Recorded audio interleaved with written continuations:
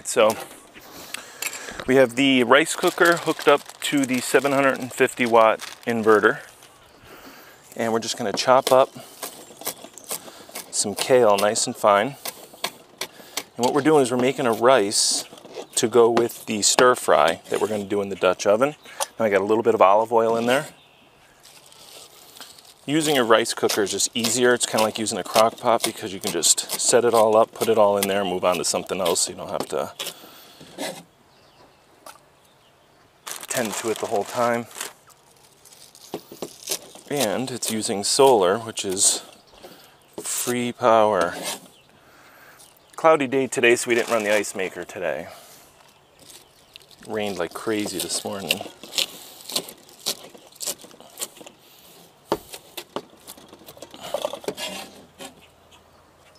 That should do it.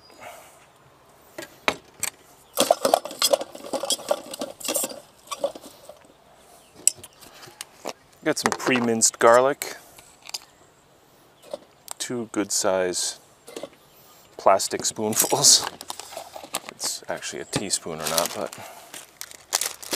And we're going to put 3 packets of the soy sauce. These are the ones you get from the Chinese restaurant. We never can throw them out. We just keep them. But they do say no MSG on them. Put 3 of those in. Measuring cup. Okay, now we're going to do 1 cup of brown rice. So we'll put 2 cups of water in. So 2 cups of water. 1.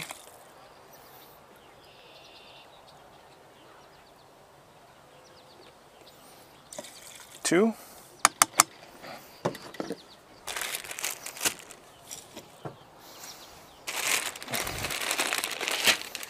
And 1 cup of brown rice. I have the charcoal started over there for the Dutch oven. Just going to use briquettes. Stir fry cooks pretty quick, so I only put about 30 briquettes in the little chimney starter. I'll show you that after. Okay, so 1 cup of long grain brown rice, and that's it. Mix it up. I got one of these from Walmart with the multiple spices in it. Not a big fan of them, but they're kind of convenient, so we'll add some paprika. And we'll add some black pepper. Now I'm not adding any of the garlic salt because I already added garlic, and because I put the soy sauce in there, I really don't want to add any more salt. Soy sauce is salty enough. Black pepper. And we'll hit it with a little cayenne just to give it a little kick. And we'll let that cook. Using the 750 watt Harbor Freight generator, Harbor Freight inverter. And that's it. I'll clean this up and we'll move on to the cast iron, to the Dutch oven. You got some people already starting their generator. It's getting very hot, but we don't need to. We run it when we run the air conditioning, that's it. Here's the Harbor Freight inverter plugged in, the orange cord going back to the rice cooker.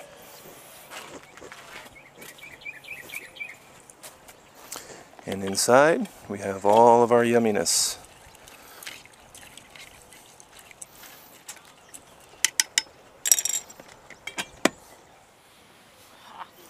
Alright, getting the Dutch oven ready. What we have here is our charcoal. I'm getting going about 30 briquettes, and we have a nice seasoned 12-inch Dutch oven. So when this charcoal gets ready, we'll start preheating the Dutch oven and we'll get all our vegetables together. Alright, we'll start preheating the Dutch oven. Now I only put the foil down to reflect some of the heat back up.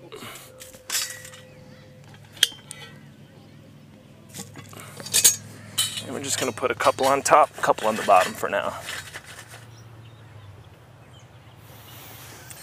Now the meat, we have teriyaki London broil, been marinating for the good part of the day. Basically just some pepper and some low sodium soy sauce. And we're going to put that in the frying pan first, and we're going to start searing that up really good. Then we'll add our onions and the rest of our vegetables. Put our onions first and try to add them in the order that cook the longest. In other words, put the onions in first, let them start cooking, then put the other stuff in, some of the kale, and then the mushrooms and the other stuff last. That you don't want to cook too much. I don't want mush vegetables. I like to have a little body to the vegetables, a little freshness. All right, we'll start with some celery. We'll cut everything fairly big so it doesn't turn to mush. Now some asparagus.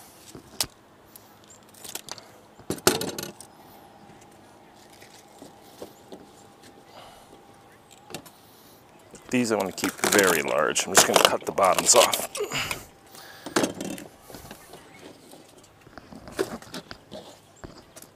So these will probably cut in, probably do the tops about 4 inches long. And then we'll cut the other ones on an angle about 1 inch. And we'll add those before the tops because they take a little longer to cook. And we got some red bell pepper. We'll add 2 of those. Let's give these a wash.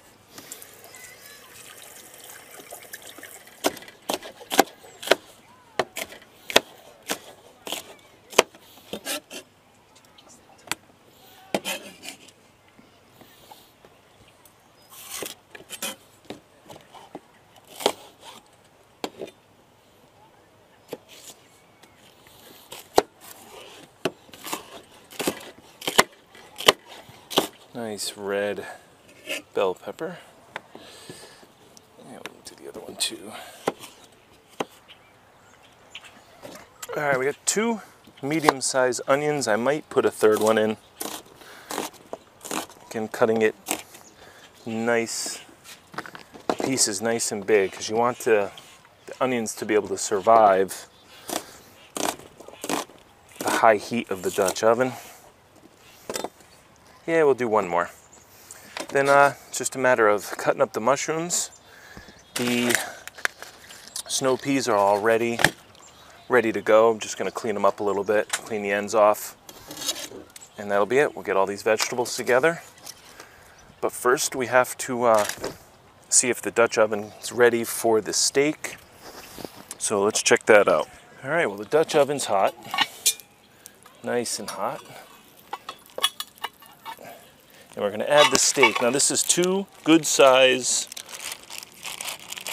London broils. And I'm going to use a latex glove to put it on, to put it in. And we'll just spread it out. You hear that sizzle.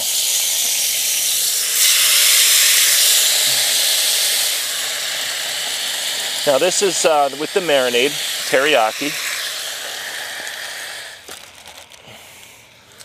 Now after I do that, we'll get rid of that latex glove. No need for that anymore.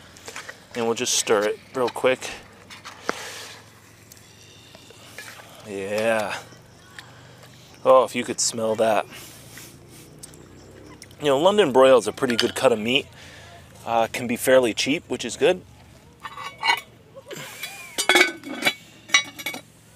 And we'll start that once it's about, I'd say, halfway cooked to where I want it. It should be probably about 15 minutes. We'll add the vegetables and finish cooking it. The rice is done. I'll show you that now. All right, so let's check on our rice. I guess we could call it solar rice. Look at that. Perfect. Nice and fluffy. It's got a nice brown color to it from the soy sauce and the other seasonings, the cayenne pepper. Yummy. That looks really good. It's got a nice color to it. Will go very well with the beef. All right, now even with a stir fry or sear beef and vegetables, whatever you want to call it, I always put a couple briquettes on the top just to help with the heat. You know, it helps hold everything together, helps hold the heat together. Especially it's a little breezy here because we are by the water. Look at that. That's doing nice. Now we're slow cooking the meat right now. We're not, you know, we only got about a dozen briquettes on the bottom. Mainly because we're not looking to cook it so fast that it becomes tough. We want it to be nice and tender. Perfect. I'm using my little bread pan here for a spoon rest. All right, let's get that covered up. And we'll forget about that for another 15 minutes. All right, so let's take a look. Oh, yeah. Smell-o-vision, everyone. Now you can still see a little pink in the meat, not much. And what we'll do is I put a few more coals on top just to start bringing the temperature up now. And in a couple minutes, maybe 5 minutes, I will put it into this pot here, the meat. And then we'll add a little bit of olive oil and we'll start the vegetables. The juice that's in the meat now, we will mix with teriyaki sauce, cornstarch, and honey. And we'll thicken it with the honey and sweeten it and make like a honey teriyaki sauce. And then we'll add the whole thing together in the end. All right, so we have removed the meat.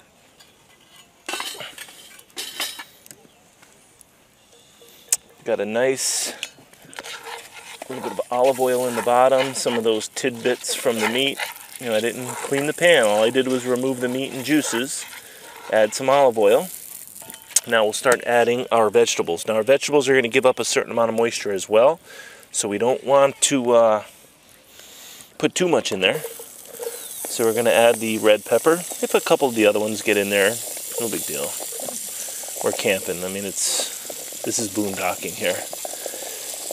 Okay. Let's get those in. Because the onions can take a good amount of heat, they'll actually start to caramelize. And then if there's any left in the tray here, no big deal. Now the celery I want to stay a bit crunchy. The asparagus I want to stay a little bit crunchy. So I'm not adding that stuff in yet. Stuff that cooks fast goes in last. Alright, listen to that sizzle.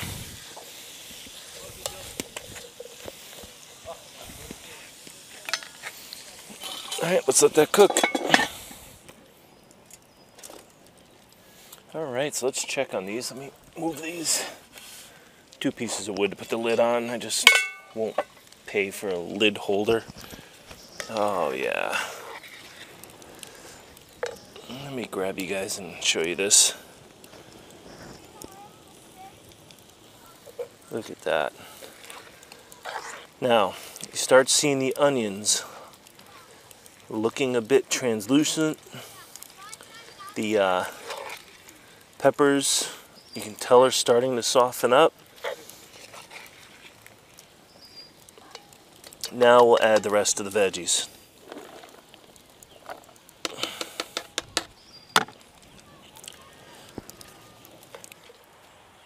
Alright, so there's the meat. What I've done is I've added about 1/8 of a cup of honey. Not even 1/8, actually less than 1/8. That'll add the sweetness because I did add some spiciness to it, so I want to tone that down a little bit. I want that kind of sweet heat taste to the honey teriyaki. And I've also added the low sodium teriyaki sauce. Now the meat's already been marinated in teriyaki, but I wanted the sauce, the juice, to be also teriyaki. Rice cooker's still on warm, running off the inverter. Now we're going to add this to the vegetables, mix it up, add it to the vegetables. I've already added some cornstarch, which you can probably see in there. I thought I was recording prior, but I wasn't, so kind of an after the fact, but it's in there. All right, the time has come. Oh yeah. Let's take a look at that. Now I don't know if the camera's doing it justice. It is cloudy. It's probably about 6:30. So it's starting to get late. But you can see how the asparagus still looks nice, bright green. Look at that. Nice. This will be perfect. Yeah, you get a little shot of the fire as well. Not like 90 degrees outside is warm enough. We need a fire as well. And we'll add that on.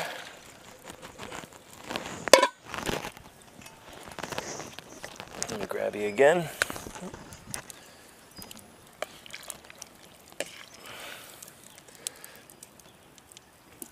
And we'll mix that up and we'll serve it over rice.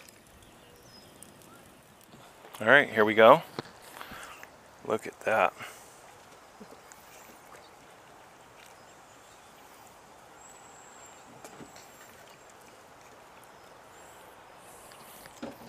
Kathy's serving it up. Matt's getting us drinks.